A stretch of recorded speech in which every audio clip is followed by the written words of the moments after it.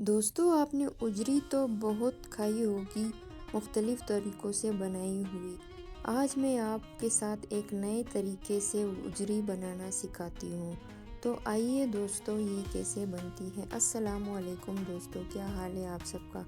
उम्मीद करती हूँ आप सब खैर खैरियत से होंगे। दोस्तों, तो सबसे पहले आपने उजरी को अच्छी तरह साफ़ करके उसको पानी में डालना है और उसके बाद उसमें आपने विनेगर और नमक में आधे घंटे के लिए भिगो देना है। और उसके बाद उसको अच्छी तरह धोने के बाद आपने उसको एक पतीले में डालकर पानी में डालना है और उसमें आपने 1 चम्मच हल्दी और नमक में उसको उबाल लेना है। उबालने के बाद आपने एक प्रेशर कुकर में उजरी को डाल देना है और लहसुन अदरक के साथ उसको अच्छी तरह से आपने फ्राई कर देना है। उसके बाद काली मिर्चें डालनी है, नमक डालना है, ज़ीरा डालना है, मिक्स मसाला आपने डालना है उसमें, और गरम मसाला आपने ऐड कर देना है। और उसके बाद उसको आपने अच्छी तरह से फ्राई कर देना है और उसमें आपने साथ ही मेथी भी ऐड कर देनी है और थोड़ा सा पानी ऐड करके उसको